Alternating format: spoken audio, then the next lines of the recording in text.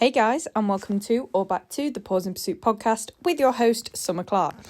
Guys, I'm not going to lie, there's not a lot of a life update for you all, so I think I'm just going to get straight into the episode for today. The other day on Instagram, on my story, I asked you guys to give me your podcast topic recommendations, whether that was solo or guest ideas that you would like to hear on the podcast in the next few months or so. And one of you said, the hard parts of training dogs, I feel like it's not often spoken about, but it's tough. And I was like, you know what? This is so true. This is so true. There are lots of hard parts. Some would argue more hard parts than easy parts. When is it actually ever particularly easy? So this week, I'll be discussing all of the ways that dog training just kind of sucks, to be honest, because everyone goes through the same things.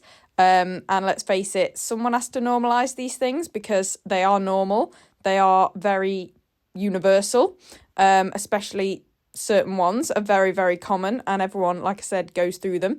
So I'm basically going to be giving you 20 reasons today why dog training sucks, essentially. So my hopes for this episode is to make you all feel less alone and, just make you realise, this is not just me, or I'm really glad that other people also feel like this. Not to be horrible, not because we want other people to also suffer, but because it's just nice to know that it's not just us, isn't it? You know, that again, that's another universal human experience. So let's get straight into it. Number one is constantly living in fear of injury. Now, this is more for your kind of sports dogs. So when we're training our sports dogs, whether that be agility, fly ball, any of those kind of things, it's that just wondering, when's the next thing going to happen? Like, what if my dog gets injured and we can't train or compete? So it's more for the sports aspect of dog training, this one. But I think everyone does relate to this. So always just basically living each day hoping and praying that your dog stays sound and doesn't get injured. Because obviously not only do you not want them to get injured because they're in pain then and they have to rest and they can't live their normal happy life, but also you then can't train them, you can't participate in your sport, which is something that you both absolutely love. Trainers may also think this, if their dog gets injured, then, they may feel like, oh no, my career's on the line in a sense, if that makes sense, especially if you're like me and you only have one dog, one kind of quote unquote working dog at a time, or one dog that you're training at a time, if that makes sense. Because obviously I have two dogs, but one is retired. Ethel is retired, fully retired from everything. So I just have Arrow. So it's that constantly hoping nothing happens, because not only is that awful for your dog if they get injured, but it also means you can't train, which is not only just sad because you enjoy training and your dog enjoys training, but it also, if you potentially work in the field like I do, or you're in the field of dog training in other ways, that may be a worry of, oh no, if I'm out of it, is this going to affect my business, etc., etc. So again, lots of aspects to that. But that constant fear of injury, which would result in you not being able to train for a certain period of time. 2 is training something to perfection in a training environment and then having to essentially retrain it in a competition environment. Now, we've all heard and probably said, I know I've said and heard this in the past, he does it in training, but for some reason not in competition. Now, we know why, because training, behaviours that we train at home or in a training environment need generalising. So say we start training something at home, we then need to generalise this behaviour to, say, a training, like our training, where we go training in a group maybe. And then after that, we need to generalise it again to a competition environment. And then you have to essentially, generalisation never really ends, because you have to keep going to new different venues. Like all the shows that I do throughout the year are pretty much nearly all at different venues.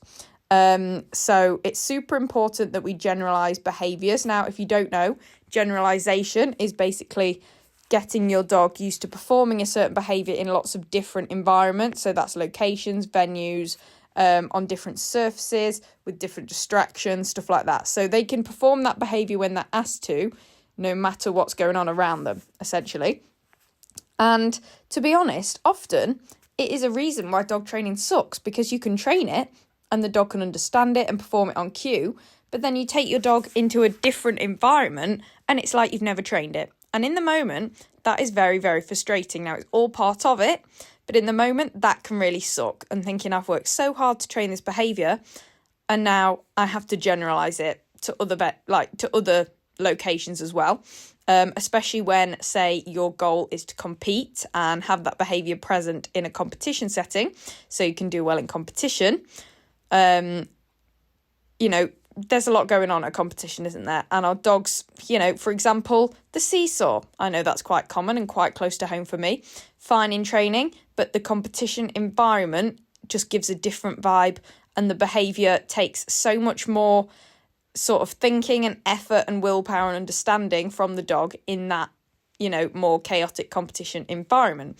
And it is very frustrating. It is just one of those things, but it does suck thinking I've worked so hard on this behaviour at home or in training, and then it's completely different in a competition environment. Now, obviously, with generalisation, it can be fixed, but in the moment, this does suck. Point number 3, the fact that there is literally only so much that you can do with your dog, okay? So by that, I mean, it's a funny one, isn't it, dog training? Because it's 50-50 in the sense of it's 50% you and 50% your dog, yeah? I think everyone would probably agree that, it's a partnership, it's not more one than the other.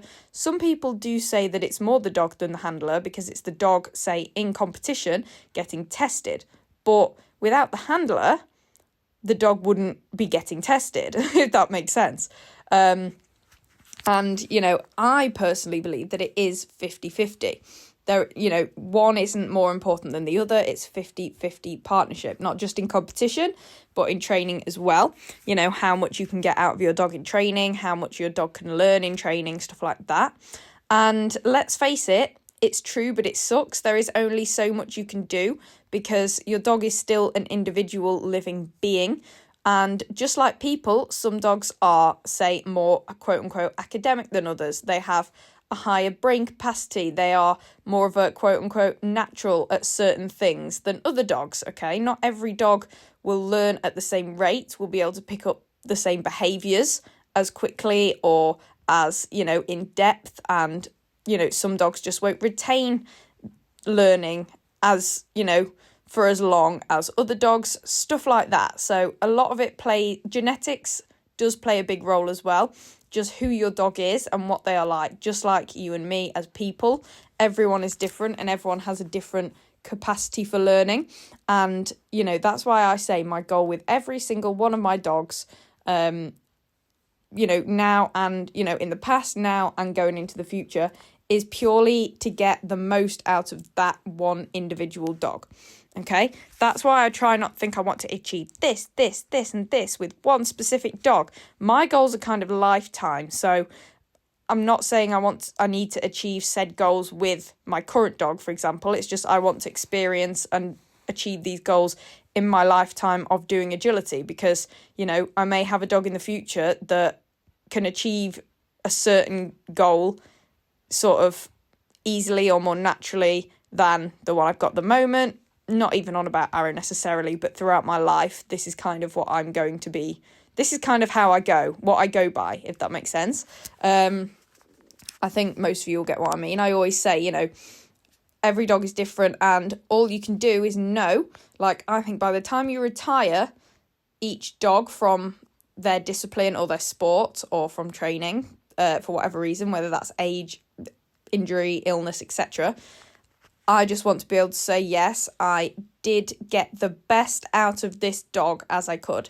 I allowed this dog to reach its fullest potential as a dog. Like, yes, maybe it didn't achieve this, and this goal that I want to achieve in the future, but this dog achieved its potential. Like, no matter even like results or got results, sort of goals that are results, if that makes sense. Away from that, just sitting there and thinking, did I get the most out of this dog that I possibly could for this dog and how they are and how their brain works and how their body is? And for Ethel, I could say absolutely yes, I got her fullest potential out of her when she retired. Arrow, at the moment, to be fair, I feel like I am getting the best out of him for his potential. I feel like he is reaching a lot of his potential for the dog he is, you know, for a nervous dog, etc., for a dog that had gone through what he'd gone through in the past, you know, his just general anxious disposition. I think the things he has done and I've done with him are exceptional for the type of dog he is. But obviously there's more I want to achieve as a handler, but I'm not saying that has to be with Arrow, because, you know, my next dog or 3 dogs after that may be better suited to the things that I then want to go on and achieve, if that makes sense. So, as much as it makes complete sense and it is reasonable, it does suck thinking, oh, I want to achieve this, but I've got the most out of this dog and haven't achieved it. That kind of sucks in the moment, okay? It just does. But it is what it is. But yeah, when you really think about it, it kind of does suck that there's only so much you can do. Because if you're like me, you want to, you know, push yourself, push your dog, you know, really go for your goals and train hard and achieve these things. But sometimes you can do all of that and still not achieve what you're looking to achieve just because of the dog that you've got. And that kind of sucks. It is what it is, but it does kind of suck. You've just got to accept it, but I thought it was worth mentioning. Point number 4. Competition slowly destroying your wholesome love for the training process. I think we've all been here at some point. I've had many a times this has happened to me. And you've just got to remember your why in these moments. But it really does suck when competition just kind of, you can feel your love for the actual discipline and like training the discipline and progressing within the discipline just dwindling away, because all you can seem to focus on is competition and winning and results. And I've got caught up in this so many times and it's horrible. It really is horrible. And you've got to pull yourself out of it, which I've been able to do, luckily. But it's not to say I'm not going to go back into it at some point. I've had several episodes of this, you know. I'll get out of it one time and in a few months it'll happen again. And I've just got to go, oi, this is happening again. Let's stop and kind of mentally get myself out of that kind of pit, if you like. But yeah, it really is not nice when that happens, and you can, you know, it takes away the love for just training, because you're, you know, comparing yourself to others. If you don't get the results you want at a competition on the weekend, you're then thinking, you know, we're not good enough or we're not training hard enough. And then it just takes away, it adds pressure and it takes away the love for just training because you enjoy it and seeing the little baby steps of progress that you make over time. And just, yeah, it just takes away, because you're constantly focused on this end goal, this outcome, this result. It just takes away your enjoyment and your ability to be present in the process of training, which is, let's face it, why we all got into what we do in the first place, because we loved it. So it sucks when that happens. You can get yourself out of it, but you know, it may likely happen again when you're so involved in competition, like me, for example, especially at a high level. It's, again, human nature to get caught up in stuff like that. When you're a competitive person as well and you're competing at the top, you can get very sucked into it, which sucks, but you do just have to, you know, remember your why, so to speak. So, point number 5, the British weather. Now, there's nothing we can do about this, but it really sucks, doesn't it? There is only so much you can do indoors. Like, you can't, unless you have constant access to an indoor agility facility, which is incredible, and I'm very jealous if you do, there's only so much you can train indoors until you have to go outdoors. So for course running, obviously, you have to be, well, I say obviously, yeah, unless you have regular access to that indoor facility, most people train outdoors and compete outdoors and stuff. Like, that is more regular at the moment. So once you've done what you can do indoors, you've got to take it outside and run some courses and put it into sequences and stuff like that. And if the British weather is British weathering and it's just raining and torrential, just pissing it down for like a week, it's so frustrating and it sucks, because you really want to get out there and train and you just bloody can't, because the weather's terrible and no one wants to go out and train when it's pissing it down with rain, okay? Ooh, I'm a poet, didn't mean to rhyme that, but there you go. But yeah, again, that's a short one because it's very self-explanatory, but it really does suck wanting to get out there and train and not being able to because of the weather, and then feeling like you're falling behind because you haven't been training because of the weather and stuff like that. Very, very aggravating. So question. See, I'm so used to doing Q&As and answering your guys' questions. Point number 6, following the quote-unquote correct training method by the book and still not seeing results. So generally, there is, for each behaviour in training, generally, there is a set way to teach it, or maybe a couple of different ways to teach it. So, for example, with the weaves, you've got your channels or your 2x2. They're generally the ways to do it. So you pick one, follow it by the book, and you still don't see results. And that sucks, because you're thinking, well, I've done everything I'm supposed to. You know, maybe you've even got a trainer or an online coach and you've done everything they say and you're still not seeing results. That is very, very irritating, because you think, I literally don't know what else to do. I'm doing this perfectly. I know I am. You know, I'm getting trainers tell me I'm doing it right, and my dog's still not understanding it or still not picking it up. So knowing you're doing something quote unquote correctly by the book, you know, as people think that is, you know, that is the way to do it, and still not seeing results is beyond frustrating. Now that brings me into point 7, which is feeling like an incompetent trainer when you have to adapt your approach to better suit your dog. So hint here is that you shouldn't feel like that, because every dog is different, as I've said many, many times before.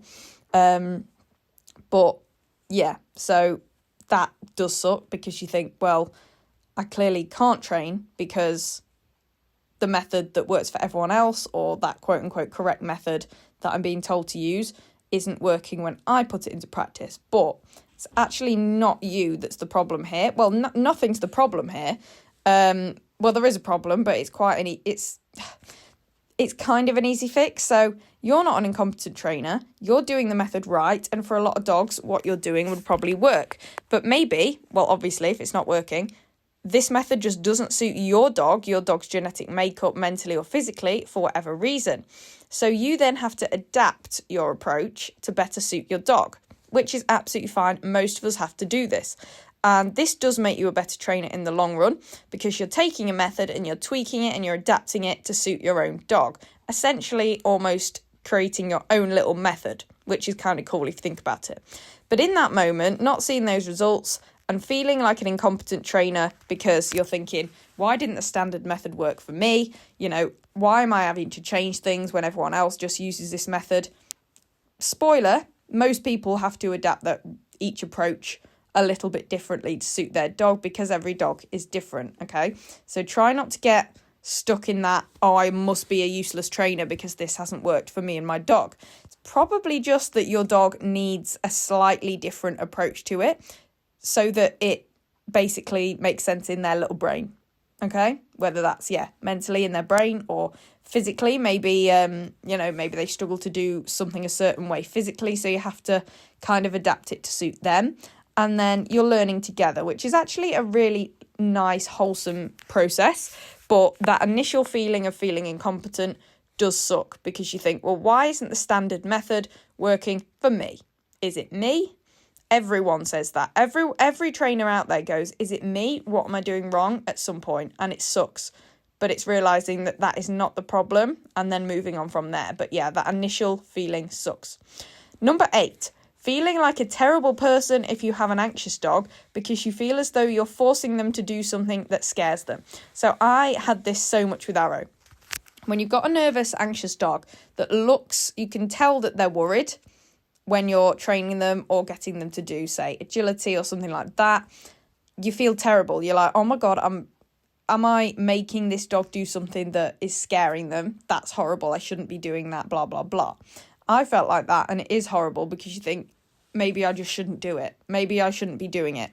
But really, you know, what got Arrow to where he is now is me pushing through his anxiety with him, and not forcing, that's the wrong terminology for it, but working him through his nerves, you know, not like overloading him all in one go, but just exposing him to the environments and situations that did make him nervous, gradually over time in small doses. And then that improved, and he realised there was nothing to be scared of. So it has to be done, but that feeling that, oh, I shouldn't be making them do this, look how scared they are, is not nice. Like, we all want our dogs to enjoy the training we do with them. We all want our dogs, you know, to think that our dogs are enjoying, and, enjoying the thing that we want to do with them as much as we enjoy it, if that makes sense, because we love our dogs and we want them to be happy. So that sucks in the moment and you do feel quite guilty, but you don't have to. You should not feel guilty. You do need to expose them to the things that make them nervous, like I said, in small doses, carefully and sort of in a controlled manner. And some dogs, you could be doing this for years and it just doesn't suit them. And then you go, decision made, it clearly doesn't suit them. But in my case, I had to do that to get Arrow to enjoy it eventually. So you should not feel bad.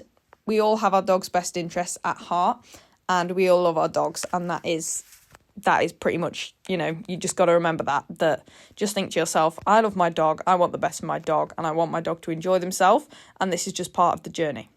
So, point number 9 then, again, quite a big one. Comparing yourself to other trainers who seem to be achieving more or better results than you and refusing to admit jealousy or envy, which, by the way, are completely normal human reactions.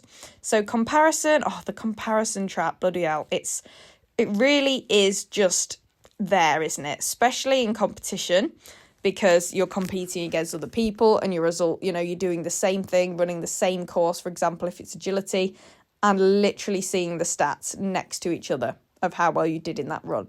So it is very easy to compare yourself. And even just general dog training, not even competing, just as a trainer, we're in the dog training sphere, if you like. So we know other trainers, we're around other trainers and handlers, and, we see them and their work a lot.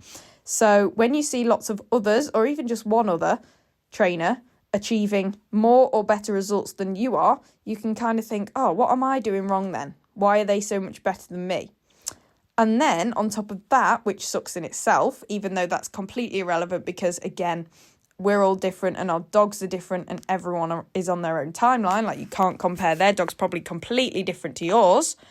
But then we also do not want to admit that we are either jealous or envious or, any potentially resentful emotions towards this person. And again, it's probably quite bold of me to say we go through that, because I've been through that where I felt envious or jealous of other people in the past who seem to be achieving more than me. And, in the moment, you don't want to admit that you are, because you're like, that's horrible. Like, I don't want to feel like that. I don't want to be that kind of person. But it's very normal.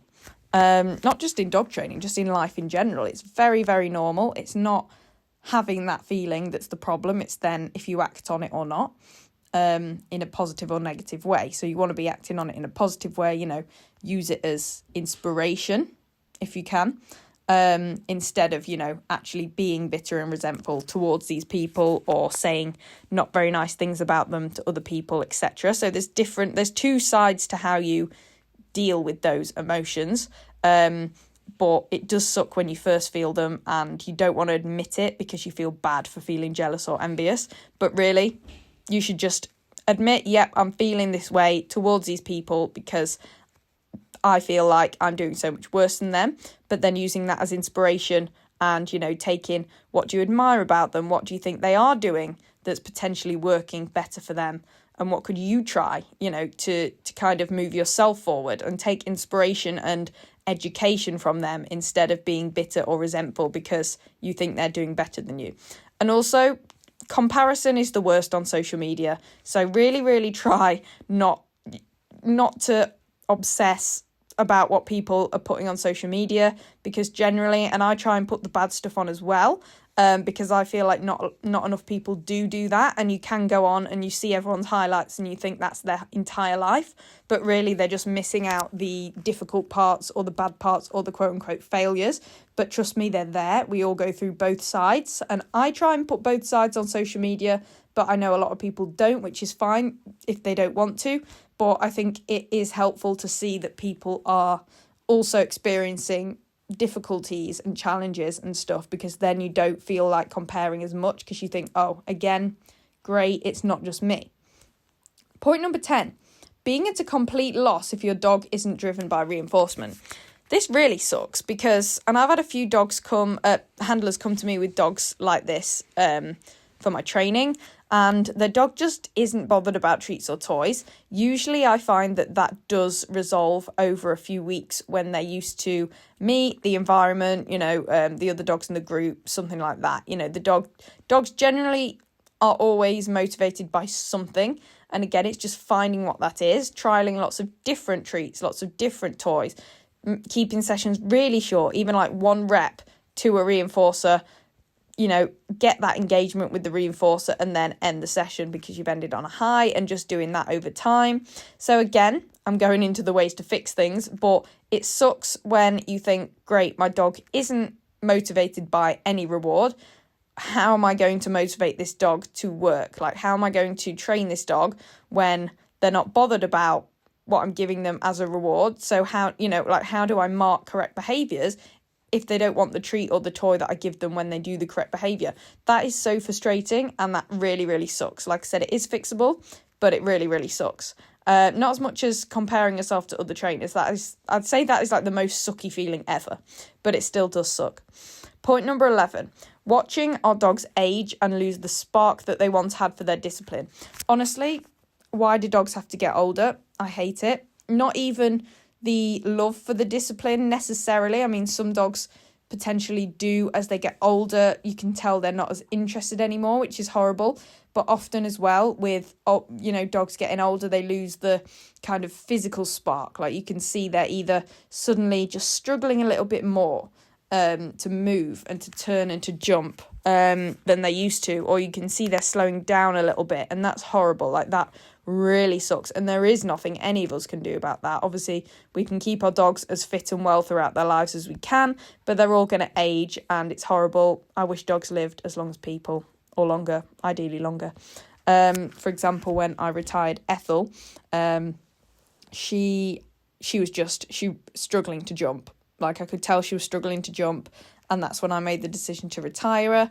And it's horrible just watching her, because she used to be so athletic and she loved it so much. And then now she was like, it was just so much more of an effort for her. She was measuring before the jumps, and yeah, it just sucks to watch, and it's all part of it, but it does suck.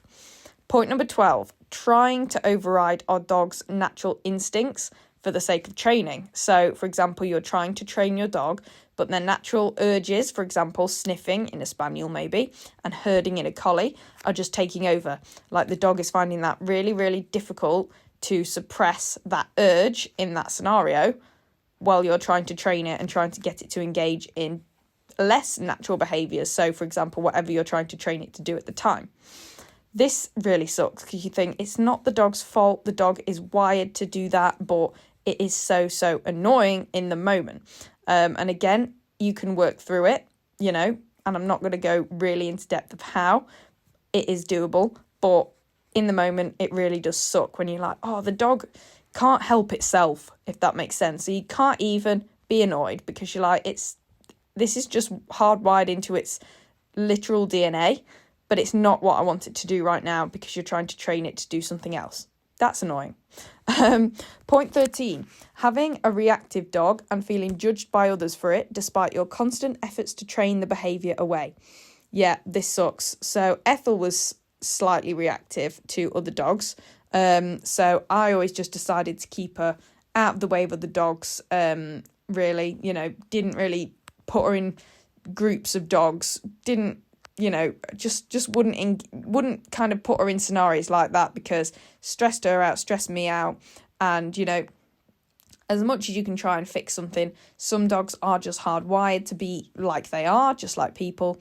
And, you may have a rescue dog that's reactive because of what they've been through in the past.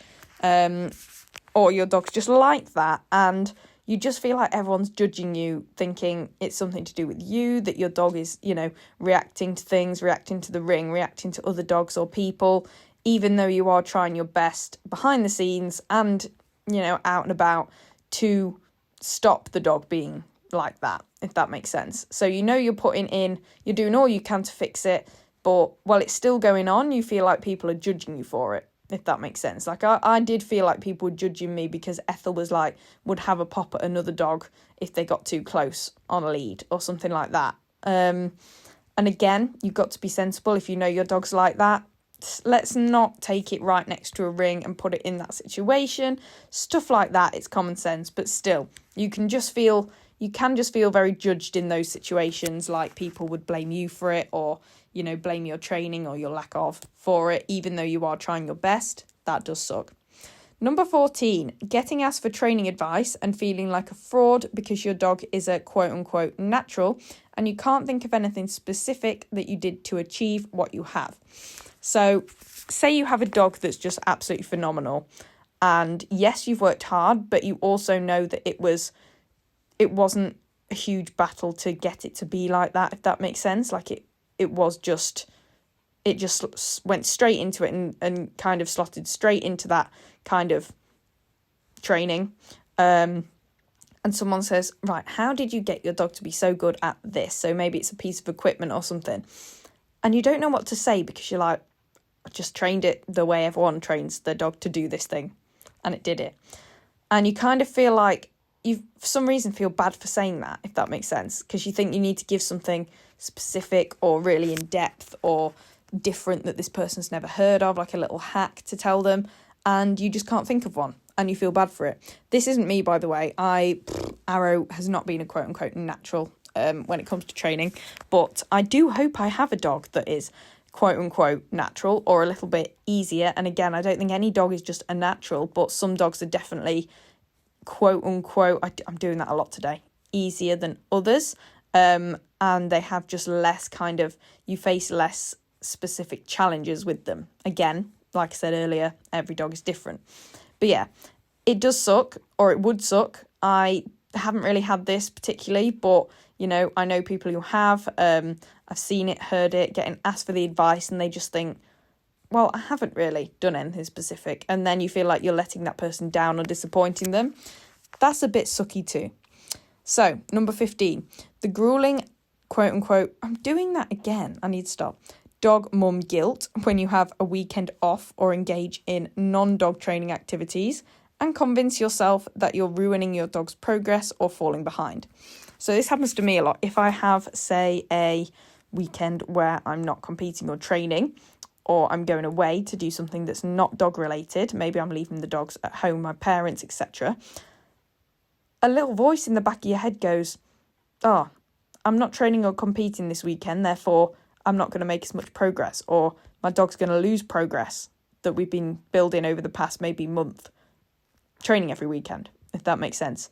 Or, again, back to the comparison, maybe you think, I'm going to fall behind now because I'm missing out on this weekend. I should be dedicating more time. I should be putting more work in instead of having the weekend off dog training, if that makes sense. That sucks because we all need to do things that aren't dog training. You know, sometimes we do need a balance in our lives. But in the moment, we can definitely get that dog mum guilt kind of feeling, which isn't very nice. 16. Getting caught up in the imaginary timeline of progress that you constructed in your head. So thinking that you should be this far in your training journey, or your dog should be, you know, learning a behaviour by this month or this date or in this amount of time, because maybe other people's dogs have, etc. When really no one said to you that you have to achieve this result or make this much progress in this much time. No one said that to you. You just constructed that in your own head and decided that from somewhere, whether that's from comparing to other people's dogs or trainers or stuff like that. You somehow made that up. That's not a fact. You made that up and you can change it. But it does suck when you feel like you're behind on this imaginary timeline. And it's quite a panicky feeling. It's not nice at all. And again, it's a bit, you feel like a failure, stuff like that. But yeah, like I said, you constructed that timeline. There actually isn't really a timeline. There just isn't one in dog training. It's all at your own pace, all at your own dog's pace. Point 17. Convincing yourself that your dog doesn't like you if they aren't responding very well to you in training. This was more when I was younger, and say I had a training session where my dog was just not interested or wouldn't respond to me very well for whatever reason. I was like, right, they just hate me. Maybe this is so dramatic of me, but consider I got my first dog when I was 8 years old, and And I was like, oh, did they just not like me? Maybe I don't have a good relationship with my dog. Like, what am I doing wrong? Do we not have a good bond or stuff like that? And you just sit there and you think, well, they clearly just don't like me. They don't want to work with me and stuff like that, which is probably very overdramatic. And I'm a very dramatic person, but I did used to think this. I used to literally think, why does my dog not like me? Why are they not engaging with me?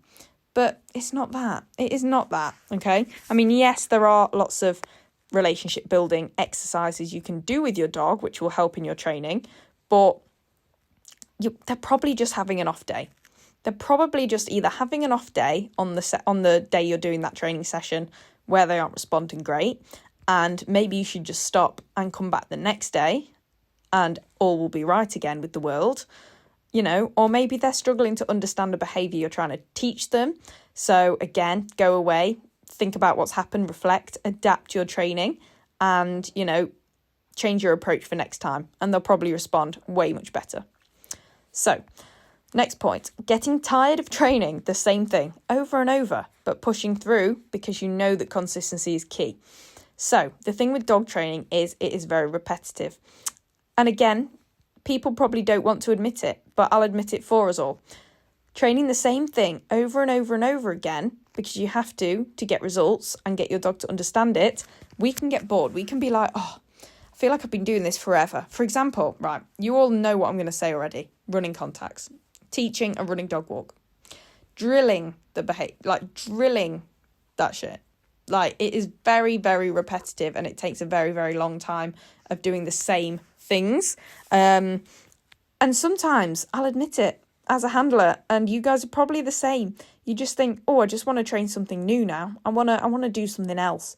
But, and I know that consistency is key, and you have to just do the work, rep it out, get it done if you want to see that progress. Okay, it's like anything. Repetition is key. The more hours you put into something, the better, basically. The more likely you are to achieve that thing and get to the outcome. Again, disclaimer, be sensible. Obviously not repping it out for hours and hours and overdoing it, but you know what I mean. Just making sure that you're doing, you're really doing those training sessions that are repetitive, day in, day out, every other day in, every other day out, you know what I mean? To make sure that your dog it's staying in your dog's head and they're gradually learning, very gradually progressing, but it's all the same behaviour. It can suck to get bored of training the same thing over and over. But we do it because we know it's good for us and our dogs. So, point 19. Depriving yourself of sleep by waking up at silly o'clock on a weekend to take your dog to a show. And even if you're not actively competing, we're doing something on the weekend with our dogs, aren't we? Generally. Whether that's just taking a young dog to a show to socialise it if you've got a puppy, or, competing at a show. We're going to get up so early, and we're going to wake up on a Saturday morning and question our life choices, and it sucks. We think, why do we do this? And then you're tired for the whole weekend, not the whole weekend, after the weekend of being at the show and getting up at silly o'clock. You're then tired for Monday, Tuesday, Wednesday. And in your head, you're like, why do I do this to myself? And you can't really answer that. You're like, sometimes you don't know. But really, again, it's going back to your why and thinking, this is why, because I love it, because blah, blah, blah, blah, blah. And we can all justify it, and it's fully worth it. But in the moment, when that alarm goes off on a Saturday morning at 5 a.m, we just think, this genuinely sucks. Last point then, overcomplicating and overanalyzing something because you're convinced that there must be more to it, or it's not that simple. So this is a trap that it's easy to fall into these days, especially with all the stats that are going on in agility. There's lots of stats available.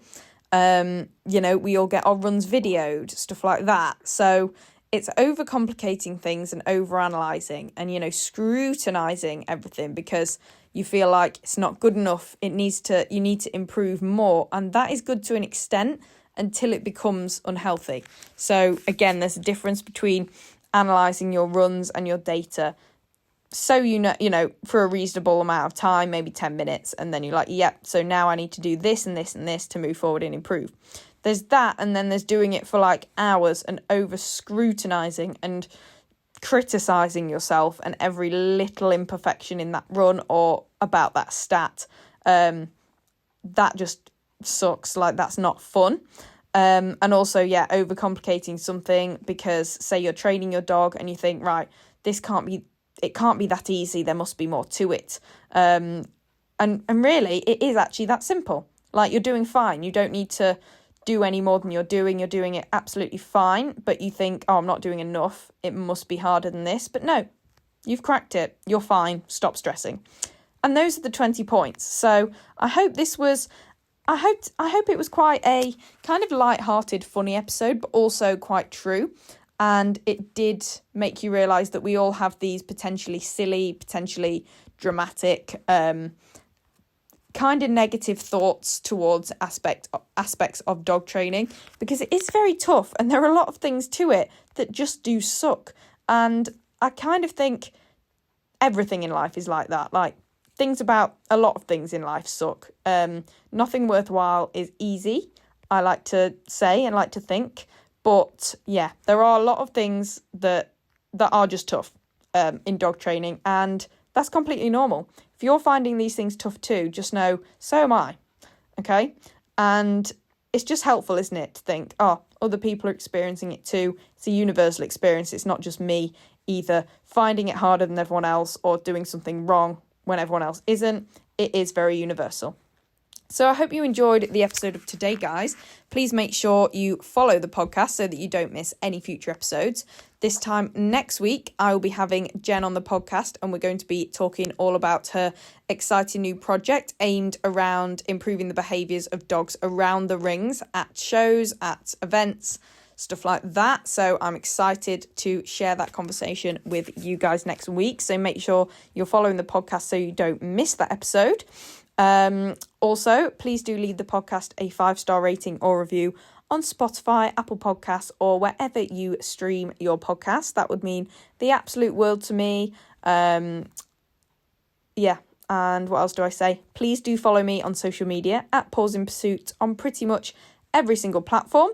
I'm very active on Instagram, especially TikTok, on my TikTok grind again. I always go through phases with TikTok. It's funny. Like, I'll sit down and I'll film like 10 funny videos and upload them, and then I'll do nothing for like a month. But yeah, go follow me on everything. I am basically just keep up with my life on social media. And also do send me your podcast episode topic recommendations, and also guests that you would like me to have on the podcast and what you would like me to talk about with those guests. Pretty much every single request and suggestion for an episode that you guys give me, I do actually turn into a genuine episode. So if you ask, you will receive. So yeah, and if you have any more questions about anything I said in today's episode or just anything in general, please do hit me up, send me a DM. And lastly, I do offer in-person agility lessons. So both one-to-ones and group classes in Lincoln, which is postcode LN6. So if you would like to train with me in person, please do again hit me up and we can get you fitted in. We can get a session sorted. I would love to work with you guys in person. Very, very exciting things happening over there. Over at my field, putting on some new classes. If you haven't seen the new classes I'm putting on, again, go over to my social media and they are on there, and then just message me if you would like to join or get involved. So without further ado, I hope you have a great week, and I will speak to you guys in the next episode. Bye, guys.